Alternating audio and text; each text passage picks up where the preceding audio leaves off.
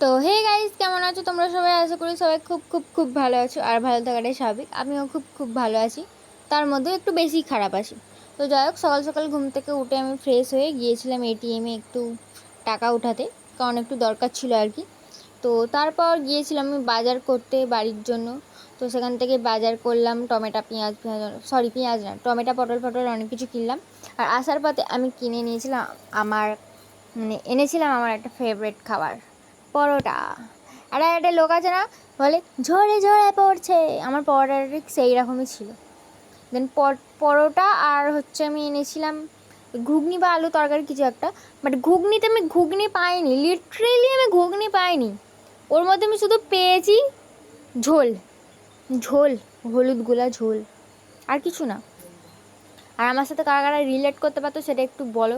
মানে আমি ভাবছি যে এর থেকে তো আমি ঘরে এসে লঙ্কা হলুদ জলে গুলে খেয়ে নিতাম, তাদের মিটিয়ে যেত ঝামেলা। যাই হোক, তারপর আমার ব্লগে তো তোমরা শুধু খাওয়া আর খাওয়াই দেখতে হবে। তারপর দুপুরবেলা খেতে বসে পড়েছিলাম ভাত, টক ডাল, মাছের ঝাল আর নোটে শাকের ভাজা।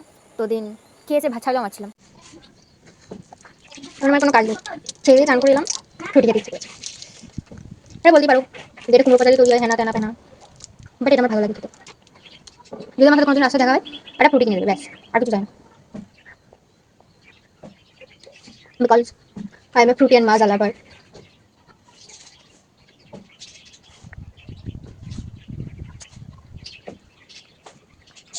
এমন একটা জিনিস নেবো, যখনই দাও আমি তখনই কিনবো।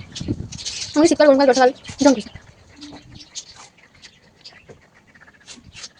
কেমন হচ্ছে এদিকে আমার কোনো কাজ নেই, তার জন্য একটা ভিডিও শুট করবো সেজে বুঝে। যাই হোক, কিছু করার না থাকলে যেটা হয় সেটা আবার একটু করলে হবে। তো তারপর আমি আমার 1 বছর ধরে জমিয়ে রাখা খাটের ধুলো ময়লা নোংরা আবর্জনা পরিষ্কার করার জন্য মজদুরি করতে আরম্ভ করে দিয়েছিলাম। আমি আর সঙ্গে আমি আমার ভাইকে নিয়েছিলাম, কারণ আমার একার দ্বারাই কোনোই কাজ হয় না।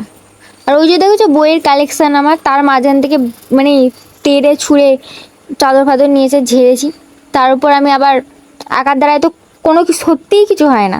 মানে এই দিক দিয়ে আমার ভাই আমাকে ঠিক করে দিচ্ছে, আর ওই দিক দিয়ে আমি কী করছি, মানে ঝাড়ু দিয়েও ধুলোগুলো ফেলা যায়, বাট ওখানে একটু একটু যে ধুলোগুলো পড়ে যায় ওগুলো আমাকে পা দিয়ে ঢং করতে হবে। এটাই হচ্ছে মেন কথা। মানে হাতটা দিয়ে নিচে নেবেও আমার চাদরটা ঠিক করা যায়, বাট আমি এতটাই কুঁড়ে যে সেটাও আমাদের হচ্ছে না।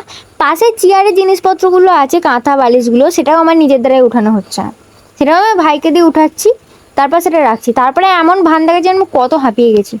যাই হোক, আজকের ভন্ডামি এতটুকুই, দেখা হবে নতুন কোনো ব্লগে। টাটা।